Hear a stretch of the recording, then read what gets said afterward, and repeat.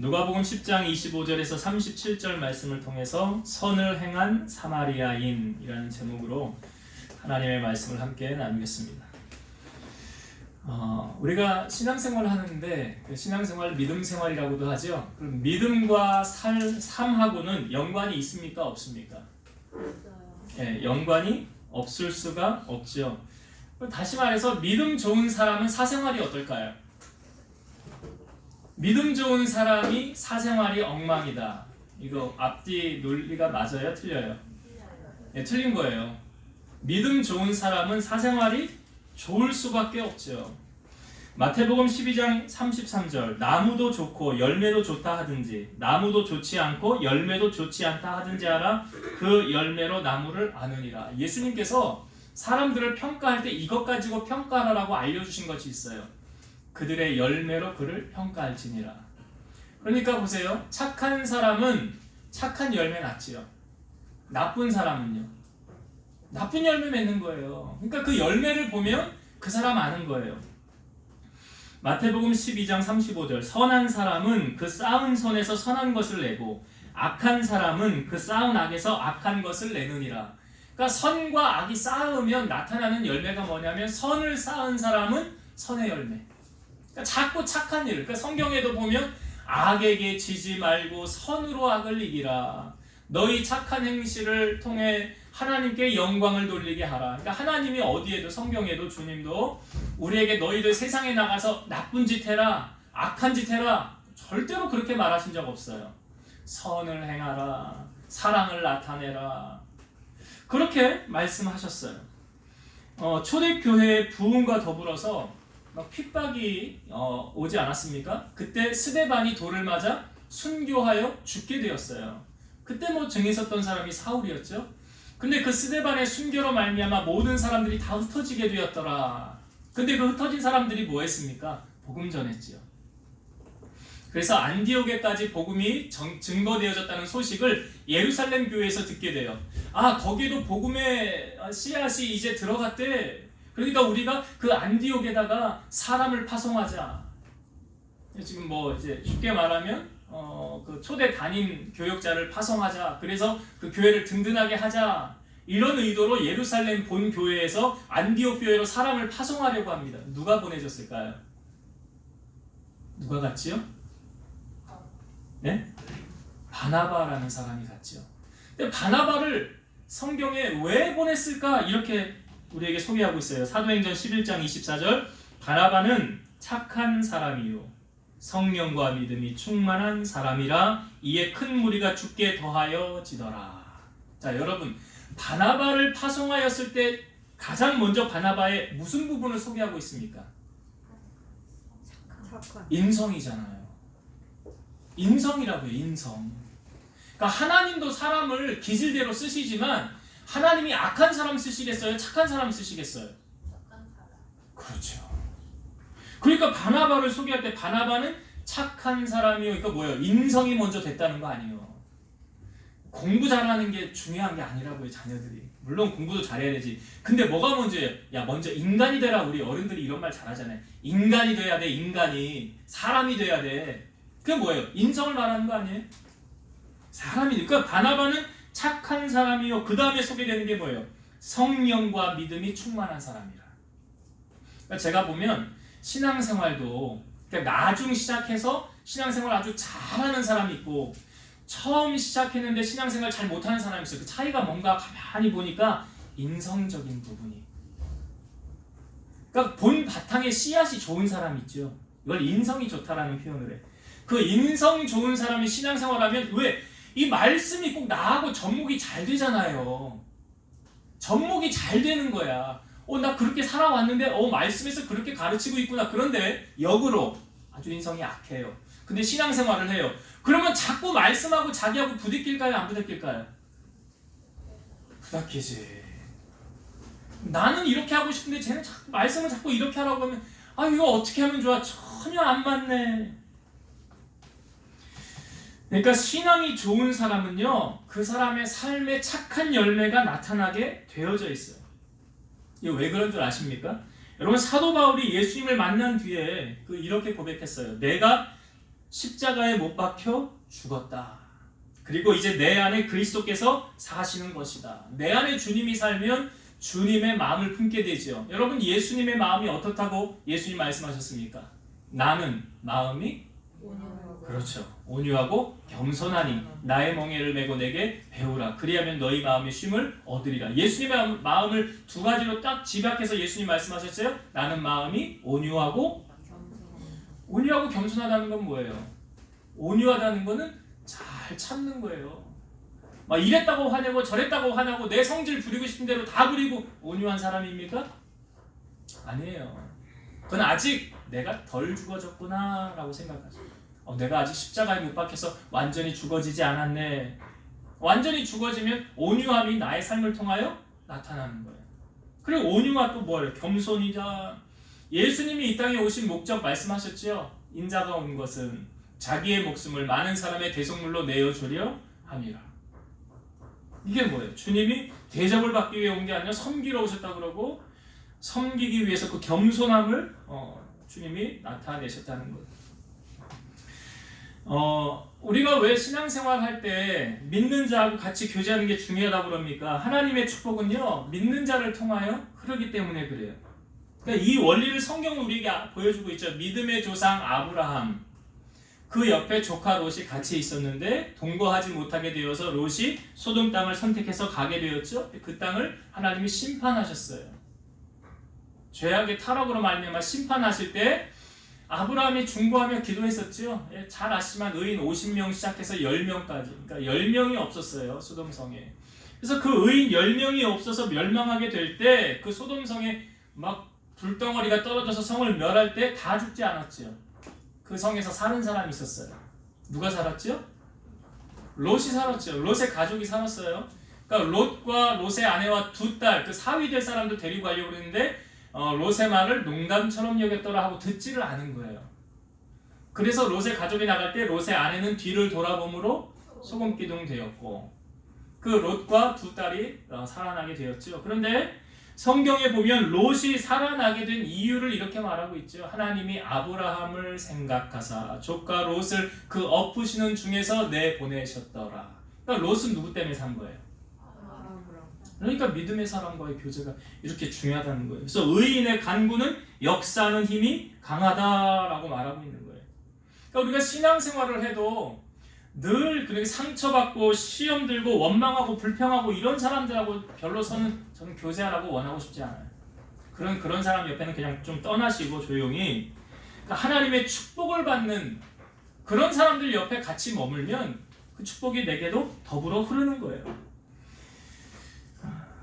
성경은 여러분 할 수만 있으면 마귀는 믿는 자를 넘어뜨리려고 합니다. 오늘 본문에도 보면 어떤 한 율법 교사가 예수님에게 다가와요. 다가온 목적이 뭔지 아십니까? 오늘 성경에 이렇게 보여주고 있죠. 25절을 한번 잘 보세요. 이 사람이 지금 왜 예수님에게 왔나? 잘 보세요. 25절. 어떤 율법 교사가 일어나 예수를 시험하여 이르되 선생님 내가 무엇을 하여야 영생을 얻으리이까? 여러분이 율법교사라고 하는 것은 그 말씀을 풀어서 쉽게 설명해 주는 사람이에요. 그럼 이 사람이 영생 어떻게 하면 얻는지 알아요? 몰라요? 알죠? 아는 사람이에요. 아는 사람인데 예수님에게 와서 질문을 하는 거예요. 선생님 내가 무엇을 하여야 영생을 얻으리이까? 그런데 이 사람이 예수님에게 접근한 목적이 뭐래요? 예수를 시험하려고. 예수를 시험하려고. 그러니까 우리가 신앙생활을 하면서도 다른 사람을 실족하게 하면 예수님 말씀하셨죠? 다른 사람을 실족하게 하면 연자 맷돌을 메고 바다에 빠지는 게 낫다 그랬어요. 천국에서는 한 영혼이 돌아오면 하늘나라에서는 잔치가 벌어진다라고 말하고 있어요. 그만큼 한 영혼이 주님 앞에 돌아오는 것이 이렇게 귀한데 한 영혼 실족하게 하면 참으로 하나님 기쁘시게 하는 게 아니라는 거죠. 그러니까 이 율법교사가 지금 접근한 방식이 예수님에게 왜 접근한 거예요? 예수님을 넘어뜨리기 위해. 여러분 신앙생활 하면서도요 이제 막 성장하고 믿음이 자라고 하여튼 어느 누구든지를 떠나서 실족하게 하려고 하면 안 돼요. 시험 들게 하려고 하면 안 돼요. 그는 주님이 기쁘시게 하는 게 아니에요. 복음이 막히는 거예요. 그런데 이 율법교사가 지금 예수를 시험하려고 합니다. 그래서 예수님께서 그거에 대한 설명을 부연 설명해 주시죠. 네가 율법을 알지 않느냐? 뭐 이렇게 내 이웃을 사랑하고 하나님을 사랑하라. 그러니까 저는 이 율법교사 말하길 저는 이거 다 이렇게 살았는데요. 이 말씀대로 했는데요. 라고 말하는 거예요. 그러면서 이 사람이 예수님에게 자기를 옳게 보이려고 한 번 더 질문을 합니다. 29절을 한번 볼게요. 29절. 그 사람이 그 율법교사죠. 자기를 옳게 보이려고 예수께 여짜오되 그러면 내 이웃이 누구니까? 이 사람이 예수님에게 왜 이런 질문을 한 겁니까? 목적이 뭐래요? 자기를 옳게 보이려고. 자기를 옳게 보이려고. 여러분, 그 평가는요, 사실 내가 나를 평가하는 건 객관적입니까? 주관적입니까? 주관적이에요. 그러면 객관적인 평가를 얻으려면 누구로부터 평가를 받아야 돼요? 예, 여러분 맛집들 있죠. 음식점에 보면 맛집은 뭐 사람마다 우리 이런 이야기를 해요. 입맛이 다 다르다. 그럼에도 불구하고 맛집으로 성공하는 집들 있죠. 그건 어떤 평가를 받은 겁니까? 객관적으로 평가를 받은 거예요. 인정을 받은 거예요. 그렇기 때문에 사람들이 그곳에 몰려온다는 거예요. 맛 없으면 갑니까? 안 갑니까? 안 가요. 얼마나 냉정한데요, 사람들이. 그러니까 맛집이다라고는 객관적인 평가가 되어진 거예요. 그럼 여러분, 우리의 신앙의 모습이, 우리는 주관적인 평가가 아니라 오늘 우리가 하나님 앞에서 객관적인 평가를 놓고 볼 때 나는 어떤 평가를 받는 사람일까? 우리가 그걸 한번 생각해 보길 원해요. 하나님께서는 나를 어떻게 평가하실까? 우리가 물론 나중에 다 하나님 앞에, 주님 앞에 서면 주님이 그때 상과 벌을 다 내리지 않겠습니까? 이 땅에서 행한 것을 가지고 상과 벌을 내리시겠죠. 주님께서 지금 이 사람, 자기를 옳게 보이려고 하는 이 사람을 향하여, 자기 잘났다는 거 아니에요. 근데 그 사람을 향하여 주님이 한 비유를 들어서 말씀하십니다. 어떤 사람이 예루살렘에서 여리고로 가다가 강도 만났어요. 그래서 맞아가지고 옷도 다 벗겨지고 거의 죽은 것을 버리고 갔더라 그래. 근데 여기서 예수님이 세 사람을 등장시킵니다. 세 사람. 자, 성경을 볼게요. 31절과 32절의 말씀을 먼저 한번 보겠습니다. 31절, 32절. 마침 한 제사장이 그 길로 내려가다가 그를 보고 피하여 지나가고 또 이와 같이 한 레위인도 그곳에 이르러 그를 보고 피하여 지나가되. 여기 제사장이라고 하면 어떤 사람입니까? 제사장은 하나님의 일을 하는 사람이에요. 오늘날로 그냥 적용을 하면 목사님, 전도사님 정도 될 수 있겠죠? 주의 일을 하는 사람들. 그럼 여기 또 레위인은, 한 레위인이 그곳에 이르러, 이스라엘은 12지파 가운데 레위 지파는 특별히 무슨 일만 감당했습니까? 성막을 섬기는 일, 하나님의 일만 감당했다는 거예요. 그래서 여기 비유적인 표현으로 레위인이라고 하면 크리스찬, 오늘날로 말하면 크리스찬. 그러니까 앞부분은 주의 사역을 감당하는 사역자들, 뒷부분은 신앙생활을 하는 성도들을 말하는 거예요. 근데 그 제사장하고 레위인이 지금 강도 맞는 사람을 봤대요, 못 봤대요? 봤어요. 봤는데 어떻게 했대요?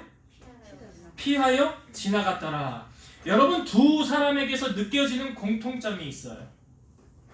만약에 내가 가고 있는데, 우리가 저기 제사장이나 레위인이라고 생각해 봅시다. 강도 만난 사람이 저기 있는데 내가 가고 있는데 누군가가 나를 보고 있어.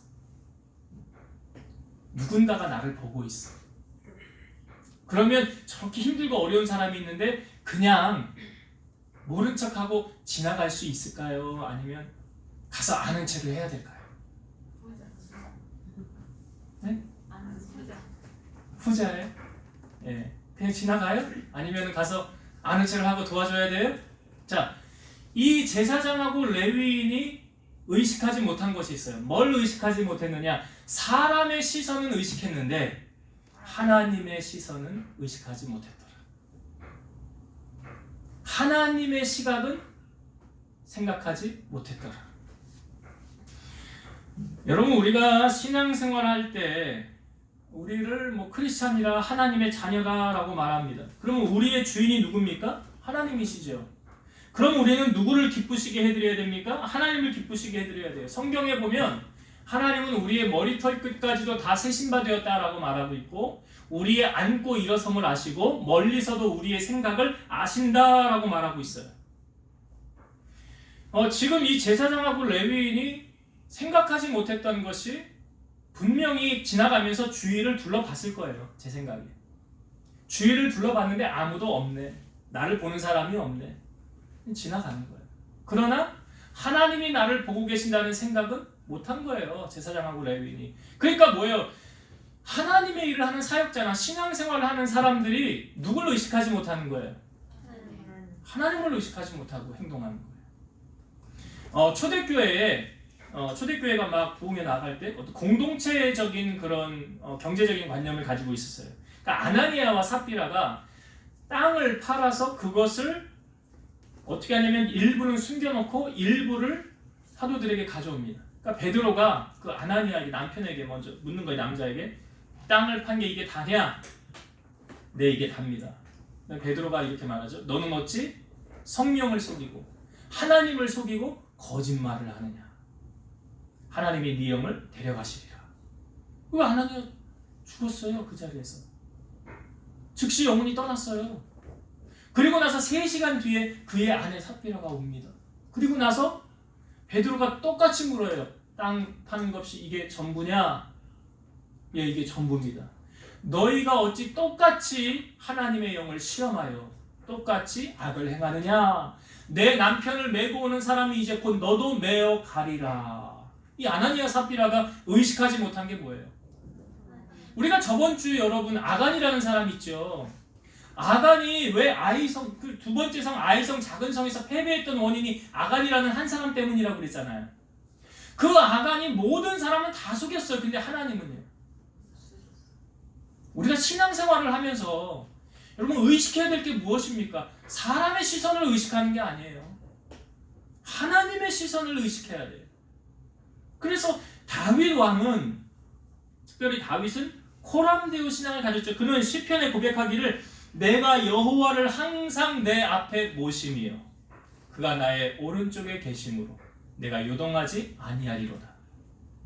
내가 여호와를 항상 내 앞에 모심이요 라는 표현이 뭐예요? 하나님을 의식합니까? 안 합니까? 하나님을 의식하는 사람. 다윗은 하나님을 의식했다는 거예요. 우리가 신앙생활을 할 때 여러분 누구 의식하며 신앙생활합니까? 그렇죠. 목사 의식하는 거 아니에요. 성도, 집사, 권사, 장로 뭐 그걸 의식하는 거 아니에요. 사회생활 할 때는요. 누구를 의식합니까? 예? 사장님 의식해요. 윗사람에게 잘 보여야지. 그리고 내 사원들에게 잘 보여야지. 인기를 얻어야 점수를 따야지. 성경은 그렇게 말하고 있지 않죠? 하나님을 의식하라라고 말하고 있어요. 그 윗사람에게 하들 죽게 하듯 하라라고 말하고 있어요. 하나님을, 가정생활은 여러분 누구를 의식해야 되지? 제가 드리는 질문의 답은 하나예요. 그죠? 예, 근데 여러분들이 지금 대답을 그러니까 우리가 가정생활할 때 예? 남편이나 아내나 부모나 아이들을 의식하는 게 아니라 우리 가정사 돌아가는 거 가만히 보세요. 누구 중심으로 돌아가는가? 정말 하나님 중심으로 내가 지금 돌아가고 있는가? 아니면 다른 무엇이 나의 주인의 역할을 하면서 그거 중심으로 돌아가는가? 그러니까 오늘 본문에 제사장과 레위인이 사람들의 시선은 피했을지 모르나 하나님의 시선은 피할 수 없었다. 그래서 오늘 우리는 하나님 앞에서의 신앙의 모습을 갖추어야 된다. 이것이 우리의 신앙을 유익해 한다는 사실 여러분 아셔야 돼요. 사람의 시선이 중요한 것이 아니라 하나님의 시선을 늘 의식하며 살아간다면 이 제사장과 레위인 이렇게 하지 않았을 것이다. 그렇겠죠. 그래서 우리는 하나님을 의식하는 여러분이 되셔야 돼요. 자, 그런데 이 제사장과 레위인은 이렇게 갔지만 그 다음에 등장시키는, 예수님이 등장시키는 사마리아 사람, 이 사람은 이방인이라고 그래요. 그러니까 유대인들이 상종조차 하지 않는 아주 천한 편에 속하는. 왜 이런 의식을 갖게 되었냐면 북이스라엘이 멸망을 당한 다음에 거기 혼혈 정책을 썼거든요. 이방인들 들여다놓고 아수르에서. 그러니까 뭐 그런 정책을 썼으니까 정통 유대인이 너희는 아니다. 우리 족속이 아니다. 그런 천대 의식을 받던 사람들이에요. 사마리아 사람들이. 근데 이 사마리아 한 사람이 등장하여서 어떻게 했는가? 자, 성경을 봅시다. 33절부터 35절까지 읽어볼게요.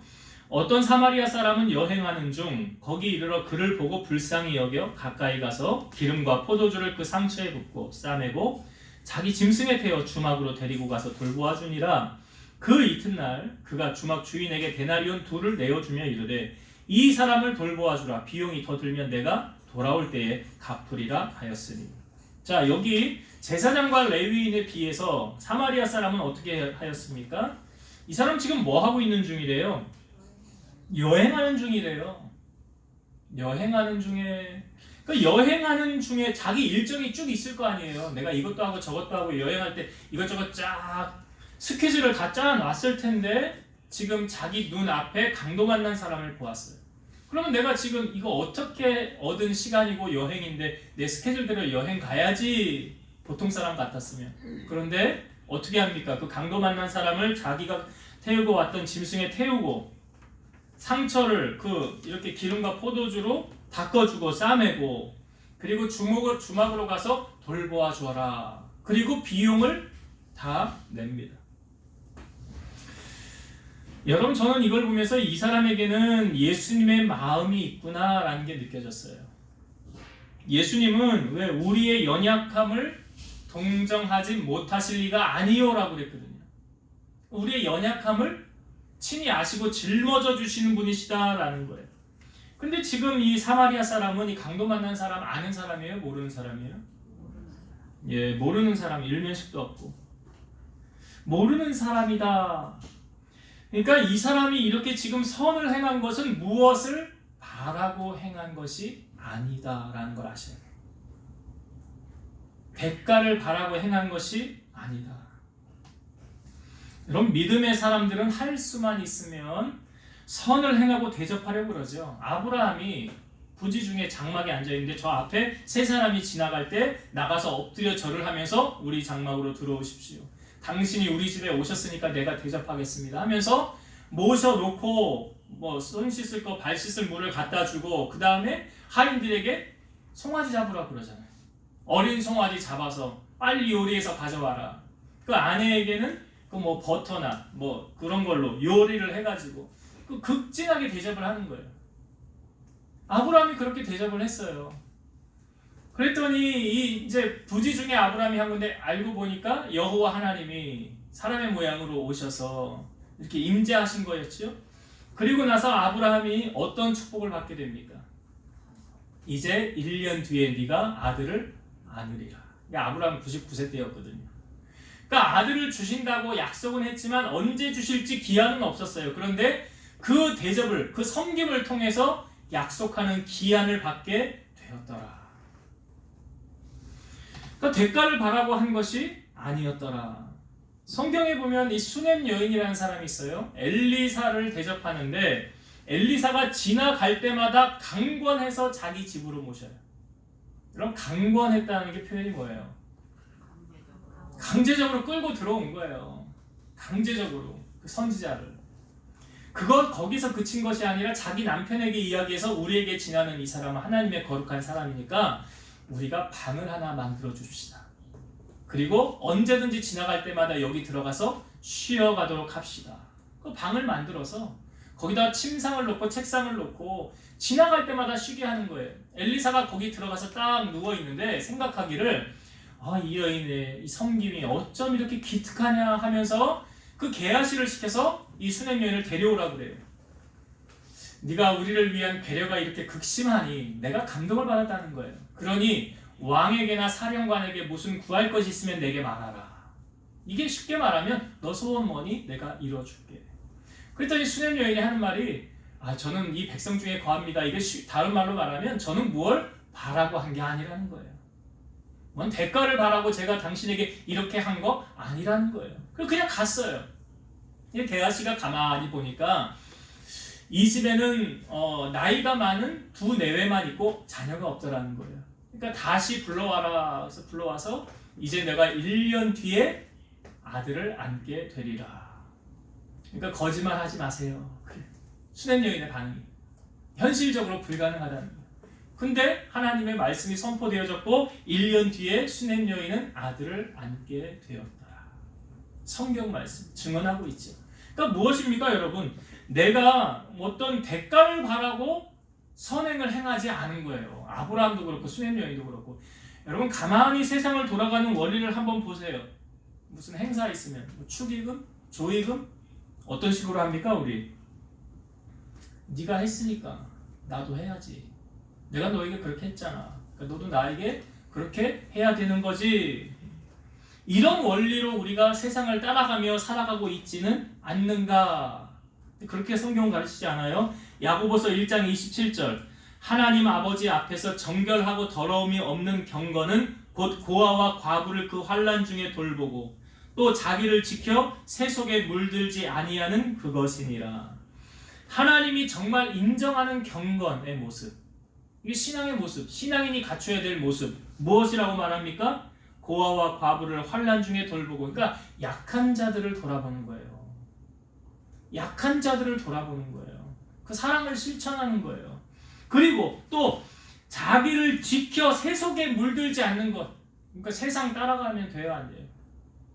세상으로부터 온 것은 하나님으로부터 온 것이 아니다라고 성경은 말하잖아요. 육신의 정욕, 안목의 정욕, 이생의 자랑, 이건 다 아버지께로부터 온 것이 아니다. 세상을 따라가는 거 아니에요. 오늘 본문에 등장하는 이 사마리아 사람이 만약에 세상의 법을 따른 사람이라고 하였다면 이 사람은 이렇게 할 수 없었을 거예요. 나에게 이득이 되면 행하고 아무 소득이 없으면 행하지 않는 것, 이게 세상을 살아가는 세상 사람들의 원리예요. 근데 오늘 사마리아 사람을 통해서 역설적인 면을 우리에게 보여주고 있지 않습니까? 주님께서 왜 이 비유를 지금 들고 계시는 겁니까? 야, 율법교사, 너 그렇게 잘났냐? 이 사마리아 사람을 좀 본받고 너 이렇게 살아라. 이거 가르치시는 거 아니에요, 지금? 너 이렇게 살아라, 사마리아 사람처럼. 그러니까 우리의 선이나 노력이 어떤 대가를 바라고 행하면 그건 하나님의 상급이 없습니다. 오늘 예수님은 산성수훈을 통하여도 우리에게 말씀하셨지만 오른손이 하는 것을 왼손이 모르게 하라고 그랬어요. 왜 그런지 아십니까? 이유를? 만약에 내가 선을 행했어요. 근데 내가 내 입으로 다 떠들고 다녀요. 그러면 그 사람은 하나님께로부터 상급 받아요? 못 받아요? 못 받아요. 왜 못 받습니까? 이미 자기 입으로 다 받았어. 이미 내가 다 받았어요. 내가 내 입으로 떠들어서 다. 그래서 마태복음 6장 1절 사람에게 보이려고 그들 앞에서 너희 의를 행하지 않도록 주의하라. 그리하지 아니하면 하늘에 계신 너희 아버지께 상을 받지 못하느니라. 그러니까 여기 사마리아 사람이 지금 아무도 보는 사람이 없잖아요. 만약에 제사장과 레인이 누가 보고 있었다라고 그러면 그 가서 했겠지. 야, 뭐가 다르네. 예수 믿는 사람이 하나님을 한 사람이 다르네. 근데 아무도 안 보니까 해요, 안 해요? 안 하잖아. 그러니까 하나님의 상급을 기대할 수가 없는 거잖아요. 여러분, 오늘 사마리아 사람을 통해서 우리가 기억해야 될 건 하나님은 은밀하게 선한 일을 행하는 사람, 그 은밀한 중에 보시는 아버지께서 반드시 갚으신다는 사실. 그래서 대가를 바라고 선을 여러분 행하지 마시고 우리가 행한 건 그냥 잊어버리고 하나님의 상급을 기대하는 여러분 되시길 바라고. 한 가지 더 은혜를 나누고 마칠게요. 이 제사장과 레위인은 죄를 진 걸까요? 죄 진 게 아닐까요? 네? 죄를 지었어요? 그냥 보고만 이렇게 지나갔는데 이게 죄진 거예요? 네. 하나님 시선을 의식하지 않았기 때문에 성경이 답을 해주고 있죠. 여러분 주보에 오늘 한 주간 묵상할 말씀 야고보서 4장 17절. 자, 같이 한번 읽어봅시다. 시작. 그러므로 사람이 선을 행할 줄 알고도 행하지 아니하면 여기 나오네요. 사람이 선을 행할 줄 알고도 행하지 아니하면 뭐래요? 죄래. 죄래. 그러니까 우리가 신앙생활을 하면서도요, 이전에는 이게 죄인지 아닌지 모르고 행하였어요. 그러면 하나님도 정상참작해 주시겠지요. 그러니까 사도 바울이 이걸 이렇게 말했어요. 디모데전서 1장 13절. 내가 전에는 비방자요 박해자요 폭행자였으나 도리어 긍휼을 입은 것은 내가 믿지 아니할 때에 알지 못하고 행하였습니다. 이게 사도 바울이 예수 믿는 사람들을 핍박하고 박해했을 때 그 과거를 돌아보면서 자기가 했던 말이에요. 지금 내가 그때는 모르고 행하였기 때문에 내가 그때 어떠냐, 내가 비방자 박해자 폭행자였대잖아요. 그때는 내가 모르고 행하였기 때문에 하나님이 나 용서해줘요? 안 용서해줘요? 용서해줬다. 하나님이 오래 참고 기다려주셨다. 나는 그때 그게 죄인 줄 몰랐어요. 근데 이제는 그게 죄인 줄 알아요.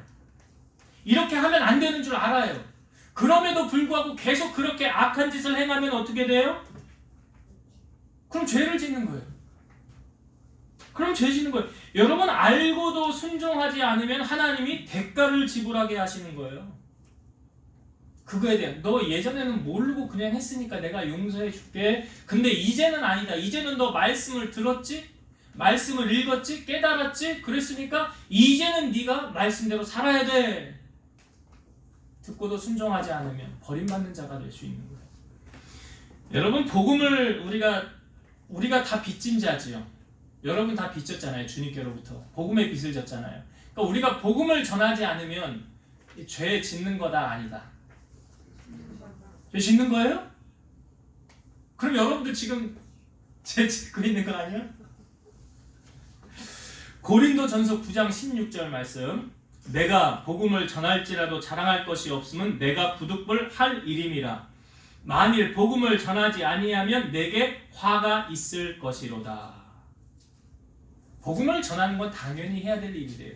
왜 예수님의 마지막 유언이 뭐예요? 땅끝까지 이르러 내 증인이 되라. 그게 복음 전하는 거예요. 기도하지 않는 거는 죄를 짓는 거예요? 아니에요? 아니, 고개를 좀 드시고 저를 좀 보세요. 왜 고개를 어디를 보고 계시는 거야? 기도하지 않는 거는. 예.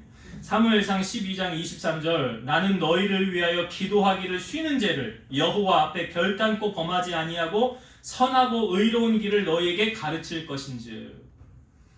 기도하기를 쉬는 죄라고 말하고 있어요. 기도하지 않는 것은 죄 짓는 거다. 그러니까 오늘 여러분 분명히 이제 저는 분명히 가르쳤어요. 하나님 저에게 감동 주셔서 전한 거예요. 복음 전하지 않는 것, 기도하지 않는 것은 뭐 하는 거다? 예. 여러분, 우리가 아는 것하고 행하는 것은 다른 거죠. 그러니까 알고도 행하지 않는 것하고 모르고 행하지 않는 것은 하나님 입장에서는 상당히 다른 거예요. 우리가 뭐 법을 볼 때도 법을 그러니까 다 알고 이렇게 행하는 것, 저는 몰랐습니다라고 말하는 것, 정상 참작이 될 수는 있지만 알고 나서는 정상 참작이 안 돼요.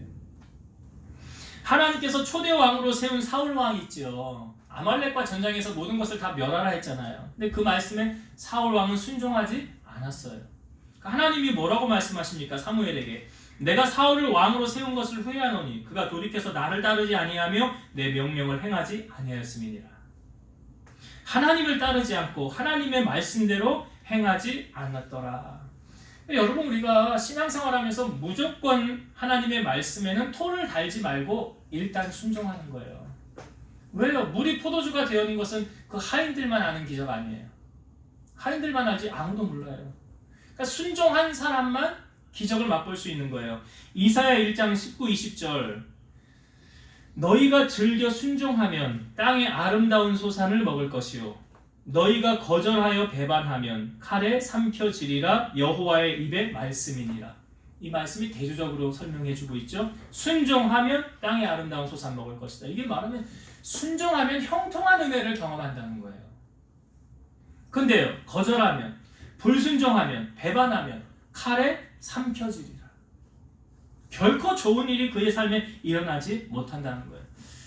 내가 저번주 금요일 한 3일 전이죠. 저번주 금요일에 어떤 아는 권사님이 이제 뭐 30일 날 이사를 한대요. 집을 얻었대요. 근데 그 목요일 날 이사를 나가서 이제 금요일 날 이사 나가면 뭐 합니까? 그 다음에 청소해야 되잖아요. 청소. 그래서 상황이 어떤가 가서 집사람이 일단 통화를 했어요. 그랬더니 청소하고 있대. 근데 집사람이 저에게 이렇게 눈치를 주기를 가보자고. 근데 내가 싫어, 안 갈래. 이거 우리 교인도 아니고. 근데요, 그 권사님이요, 우리 교회 행사 때마다 와가지고 굳은 일 다 했어요. 보니까 설거지하고 청소하고. 그러니까 그런 게 생각이 나는 거예요. 가자는데 내가 안 간다고 그랬어. 싫다고. 근데 전화를 끊고 조금 있다가 제가 아내한테 가보자.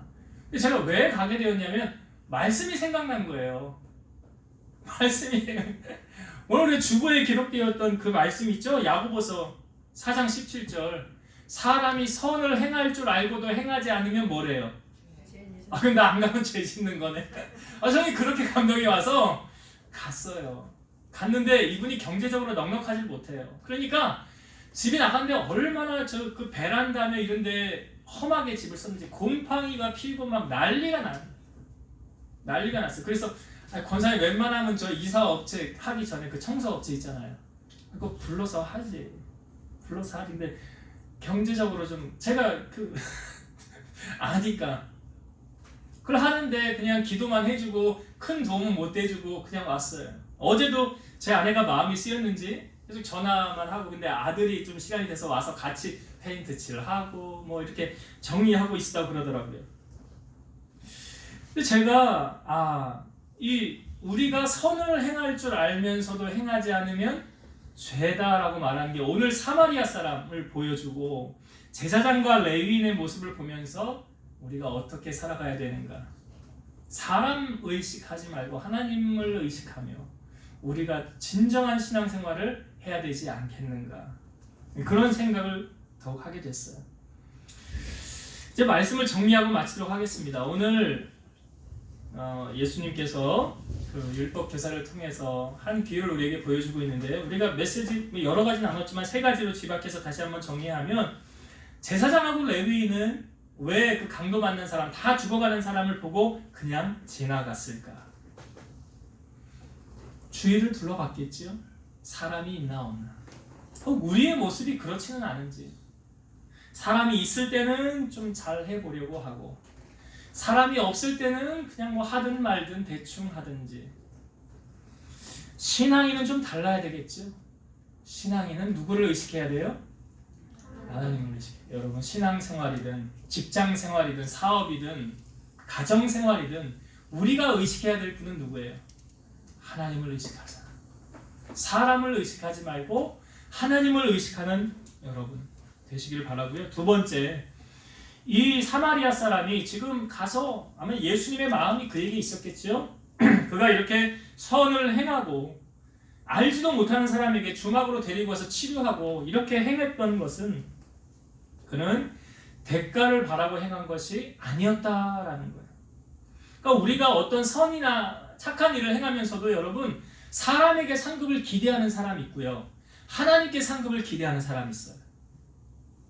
만약에 사람에게 상급을 기대한다면 사람의 시선을 의식하겠죠.